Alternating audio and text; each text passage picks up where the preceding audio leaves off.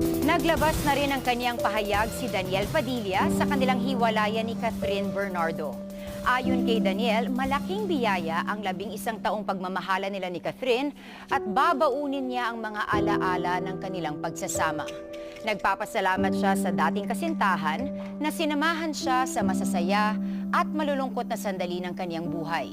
Nagpapasalamat din ang aktor sa mga tagahanga ng Kathniel na itinuturing na nilang kaibigan at pamilya. Bagamat magiging mahirap, kailangan umanong yakapin ang kinabukasan. Hiling ni Daniel ang kanilang paghilom.